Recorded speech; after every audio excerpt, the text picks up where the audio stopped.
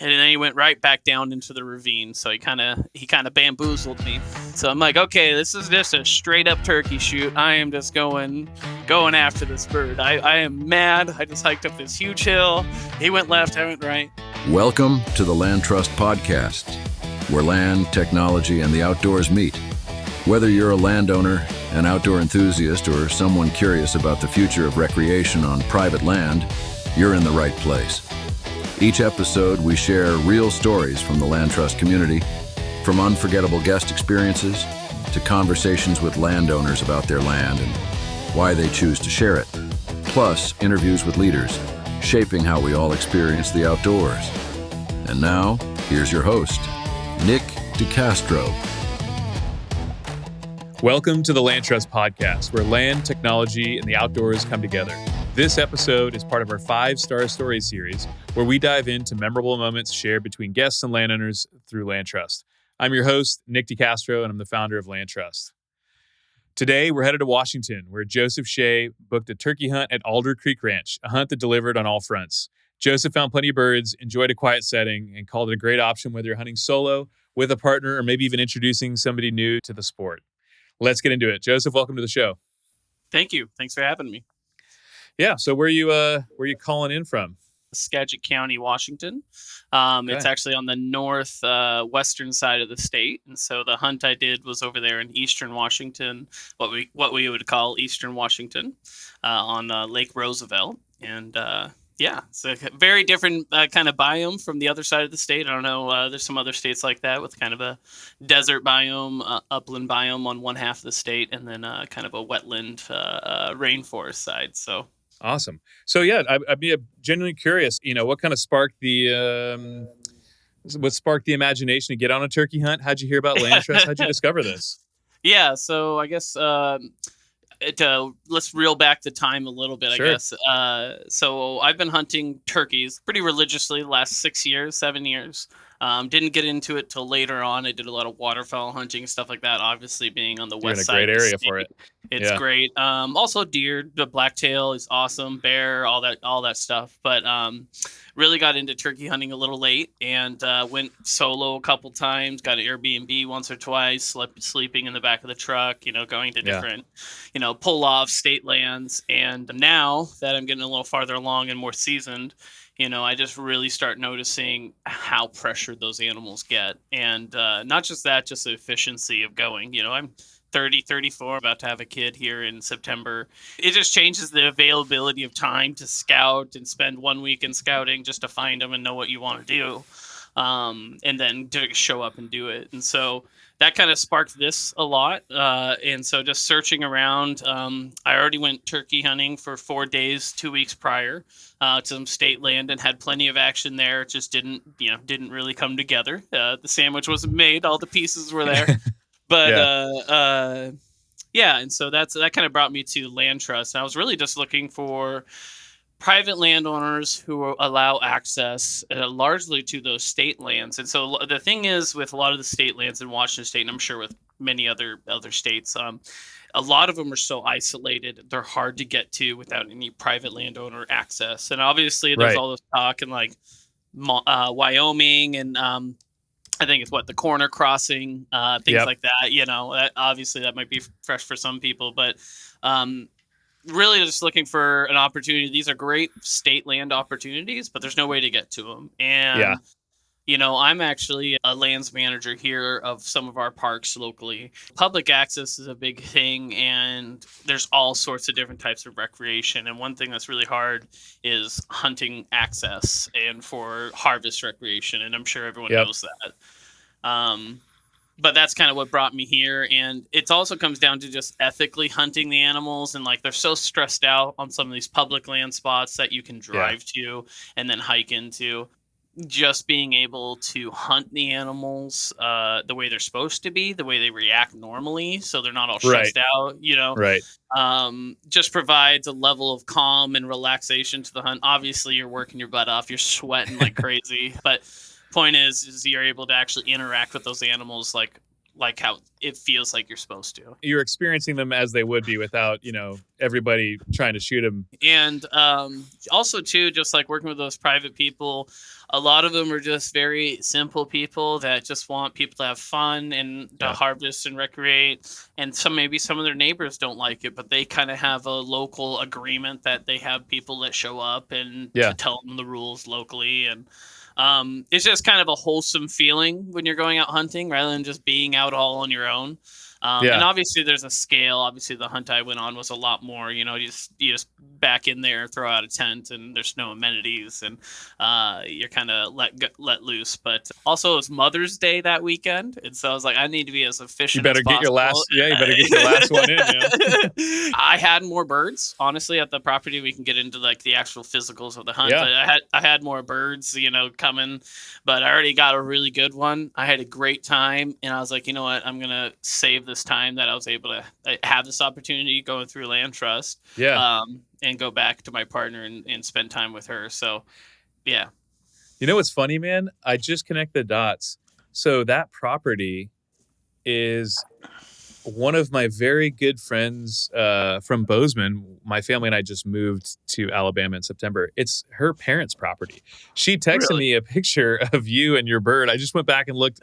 As I heard you talking, I'm like, wait a second. I think it's the same one. She had texted me a picture of you and your bird, and it was awesome. I did not realize that coming into this conversation. So that's so cool. What a small world. Yeah.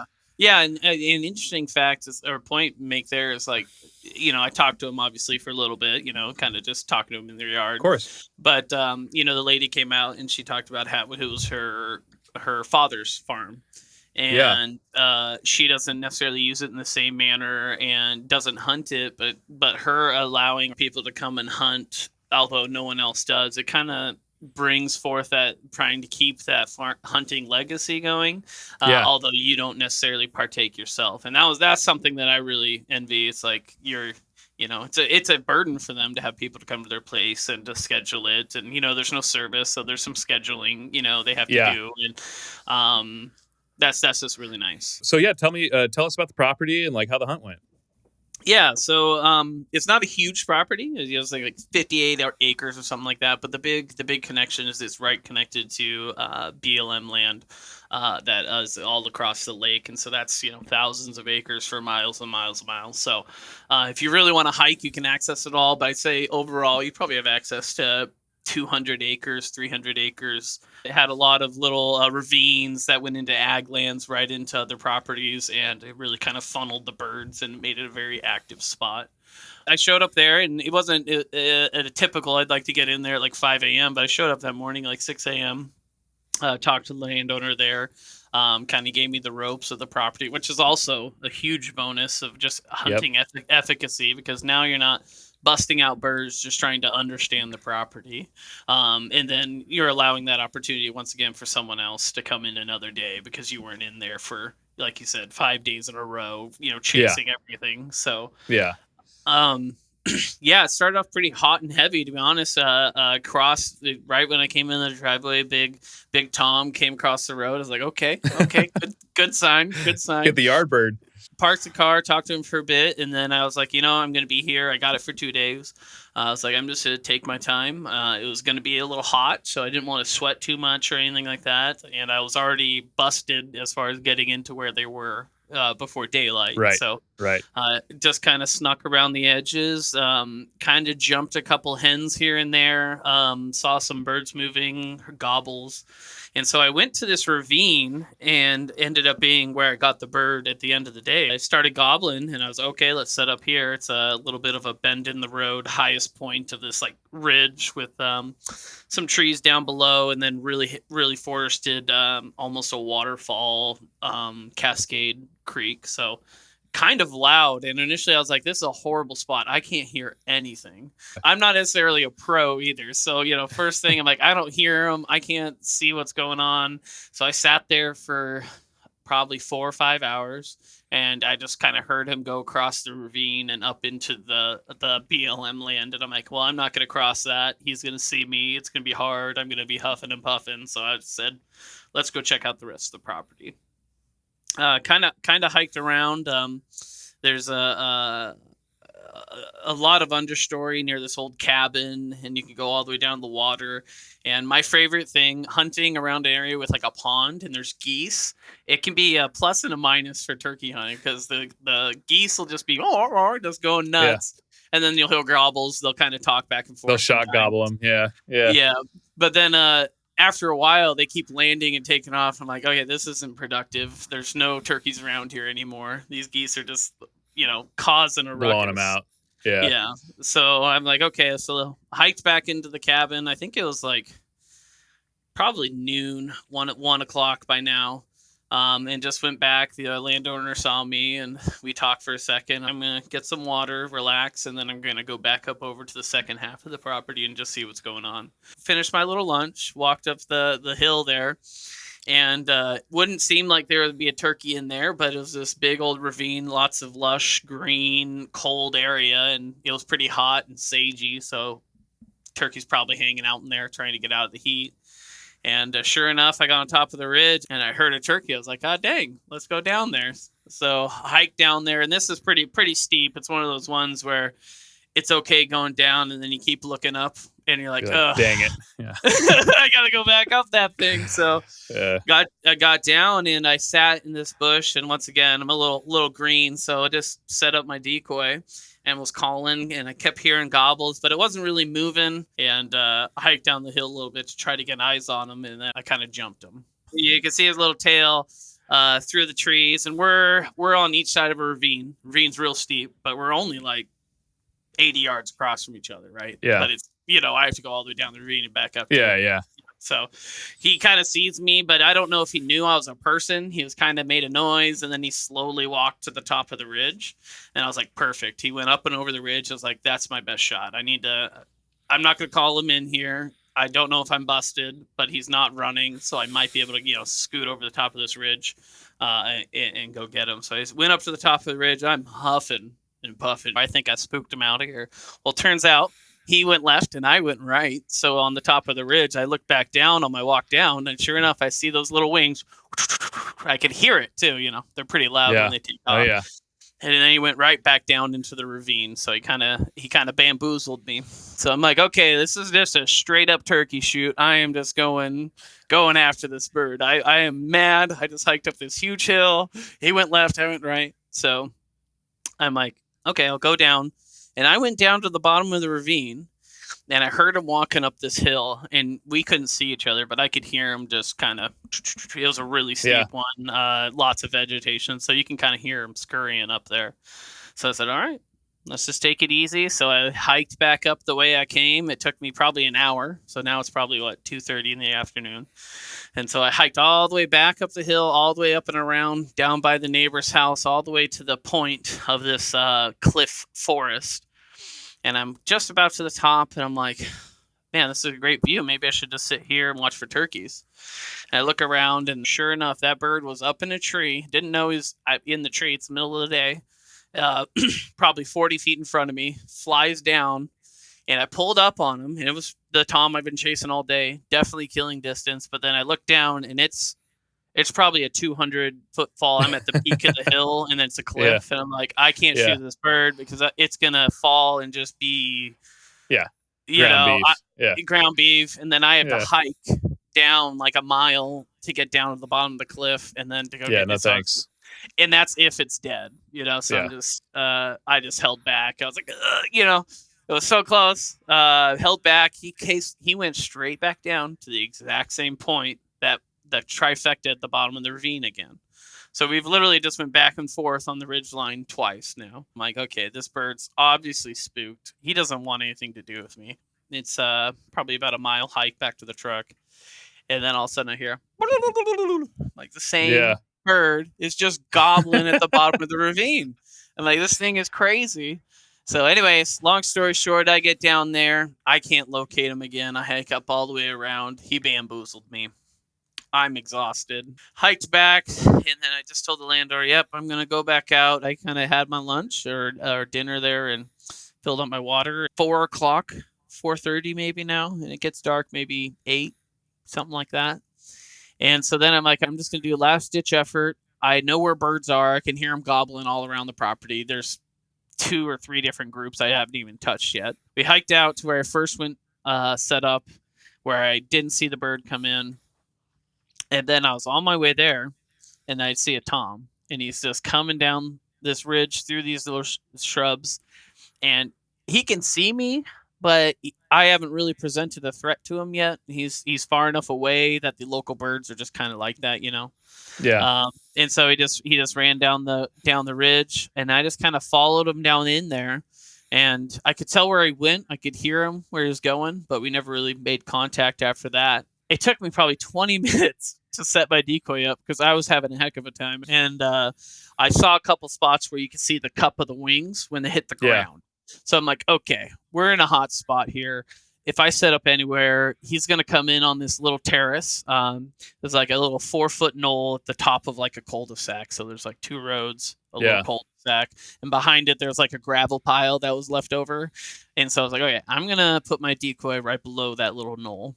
About an hour, 2 hours later, all of a sudden, I just made a noise. And I was like, I'm going to try this scratch call. I was just doing clockwards motions, kind of little hen chirps, and then I go to my box and I just chopped that, and then all of a sudden I just, in the very, very, very far distance, I heard a I'm like, no, I'm just goofing off. I know they're gonna walk down this road maybe, and I positioned for that. And then weird enough, that gobble, I responded back a couple seconds later, and that gobble got way closer. It was just all of a sudden totally vocal.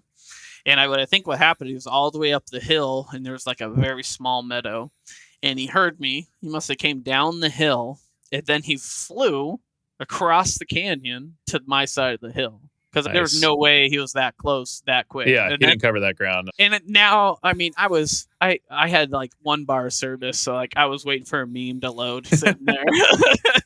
And all of a sudden I'm just freaking out, like this bird is coming. And so instantly I'm like, okay, I'm in a bad spot because he's in between me and the decoy. He's looking at the decoy, therefore he can easily look to see me. Right, yeah. I was hoping he was going to walk on my left up the road or my right up the road, and I was going to be able to 90-degree him. Yeah. But sure enough, all of a sudden he was coming hot, and I was like, I don't have a lot of time. I don't have a lot of cover this direction. It's either I just sit here and try to call him in. And I sat there for a couple seconds, just kind of heartbeat. Like I said, my thing was going off on my watch. It's funny, you can time it perfectly for when I was like hearing the gobbles. There's like 4 little spikes in 15 minutes. It also taught me a big lesson: calm down. Like you're so excited, you're having a good time. You see the animal, and you maybe even hiking for 4 days, and you just get so excited and overwhelmed that you ruin it. Totally. And you have a bad shot, and that's the same thing with me. And so if I put the call in my mouth, I start calling. He keeps gobbling. He's on the hill. He's fully puffed out. But then he saw my decoy. Then he froze. He was going left and right, but he never closed the distance. And he was probably 40, 45. He was killable at that distance. Yeah. But I just wanted him to come in a little more, and I didn't want to ruin his fan or anything like that. And he takes like 2 steps down the hill, and then he kind of just got a little hesitant. I'm like, okay, great. What's going on here? And then he starts backing up a little bit, and I'm like, okay, did he not like the decoy? Did he see me? I'm not sure. But he's not leaving. He's still puffed. He's just kind of circling, but he wasn't acting the same. And so I was okay, I need to change it up. So then I had my fan. I just had a collapsible fan. And I was like, okay, if this goes bad, I have 2 options. I have pull that fan out. Maybe he gets a little more aggressive and wants to check it out, like 10 more feet. You know what I mean? Yeah. He's already excited. Now he knows there's a hen. Is he going to get excited about a tom there as well? And so I pulled that out, and he looks at me, and he walks a little bit closer, and he gets real, like he starts doing like this sidestep to me, and he sees the fan now. And so once I did that fan, he was a little bit aggro, but it was more defensive. And then he just kind of backed up and kind of started walking backwards down the plateau. And I'm like, oh my God, I just worked this guy for like, it was really quick. I mean, 15, 20 minutes of him actually coming in. maybe less, but felt like an eternity. Worked him really good, came in. I'm like, oh no. So then I'm like, okay, waited for his head, and he went just under the lip, and he wasn't running. So I was like, I knew Right. I was safe. Yeah. And so he went down the lip, and I was like, okay, this is what this is now. I just started crawling on my knees till I got down on the road. Yeah. And he was just right there, completely busted, still kind of half fanned. And then I dropped the fan, and he was like, oh, buddy. Squeezed it up.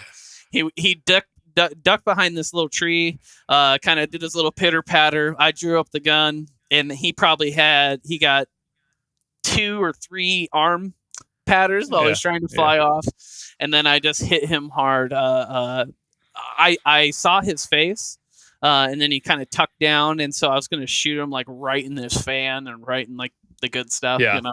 So I was like, okay, so I've hunted a lot of geese, so I just kind of aimed for his left wing and it hit him.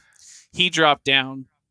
The thing is this backside of this hill was another cliff. It wasn't as bad as the other ones, but that bird, man, it was like a it was like a B-57 World War II, just like winged with anti-air, just going down. And he was a big old Tom too, so he just started going down, and he was able to keep his wings open enough that he hit locked him out. And he hit the bottom of the ravine right in the river with the biggest thud. And after that, he went in the vegetation and stuff. So I was worried he was going to like scurry off. Very tough birds. Yeah. He hit the ground. And at this point, I'm woo, buddy, woo, let's go. I got him. And I actually ended up butt sliding halfway down the cliff to go down there. I hiked out and took my time, of course, and I'm not very good at pictures, and so I went over to the landowners. They gave me a little picture, and that was a nice little touch too. Could have a little moment with them. It's Christopher McCandless. Into the wild. Life isn't the same thing without being shared. The experience of life.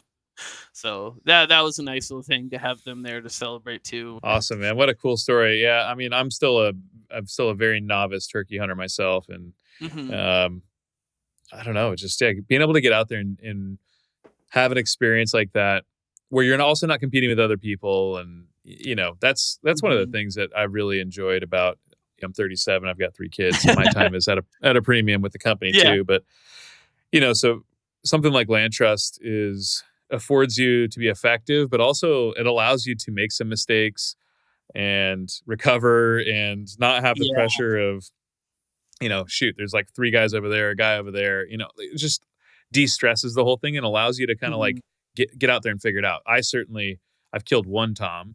I've definitely been on a few more, but, and I started turkey hunting a few years ago. So it's fun. It's like so much fun to play the cat and mouse game with them. But like I said, private land and just having that to yourself allowed you to experience that in a way that you probably would have had a hard time on if you're in a little bit more pressured area, Yeah. And movement is, you hunt any animal, and movement is huge. And between, the roosting zone, bedding zones, and their food, and people traffic, all that stuff matters. And I think that's the big point is, it just gives you more opportunities, it's a little more forgiving. Efficacy. Like, can't argue that more. I was able to call this bird in as close as I could possibly do it. It shot it from less than 15, 20 feet away. Bird, I had a little bit of a fall down the cliff there, but it's in the grand scheme of everything. It's good. Awesome, man. Well, it's a great experience to share. I appreciate you coming on and telling the folks about it. I mean, if there's people out there sportsmen who've checked it out, maybe haven't ever booked anything on LandTrust, any suggestions, anything like that? Any advice? Yeah. Well, I kind of have 2 tiers of this advice. As a land manager, my own of public land and professionally, and also being a personal recreationalist, I think we're going to run out of land eventually. And it's not to be doom and gloom, but there's protected lands. And even with Fish and Wildlife with Washington State, we have a lot of private land hunting opportunities. And so they have incentives for landowners to hunt on their land. And I think that's really where we need to go, is kind of destigmatize, the idea of public use on private land, and Totally. really creating some good easements and landowner agreements that really allow access to these state lands, and maybe less impact on their private land. But I mean, if you're buying property that puts public land into an island where no one could then recreate on it, well, that's not necessarily the mission. That's not the vision of public space. It's not to be really a public space that is only accessible by those who own the property next to it. Yeah.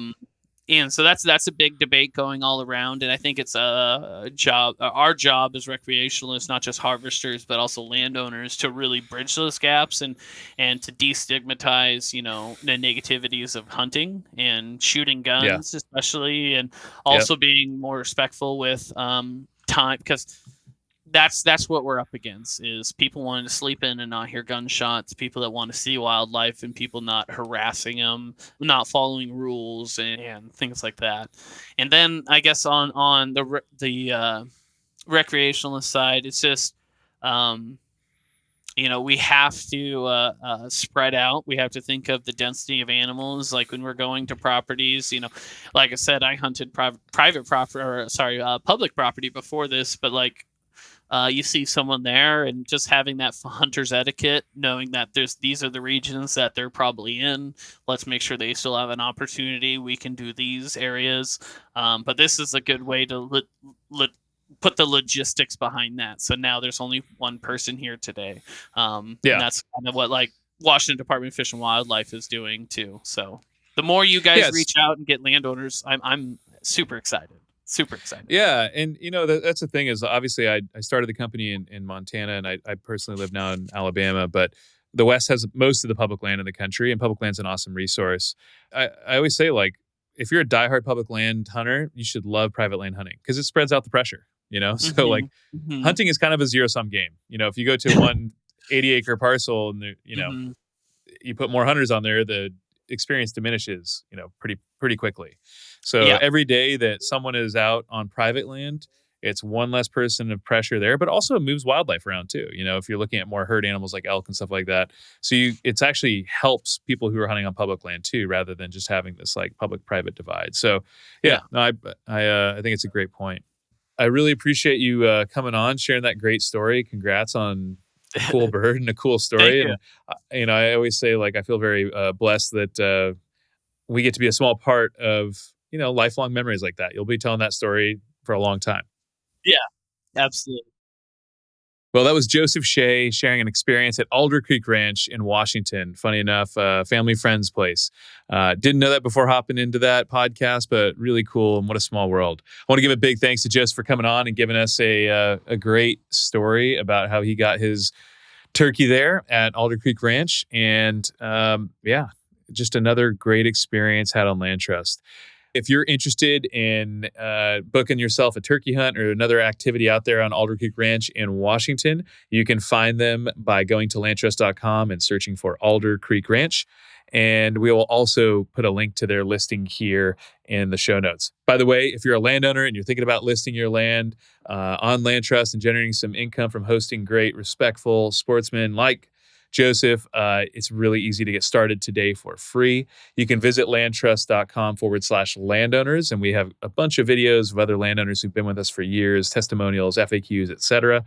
Or if you'd like, you can just give us a call or text us at 406-709-8450.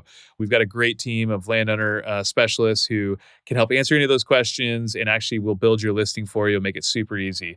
Again, if you got a little bit of time in the tractor or behind the windshield coming up, you can just call or text us at 406-709-8450. All right, folks, that's a wrap.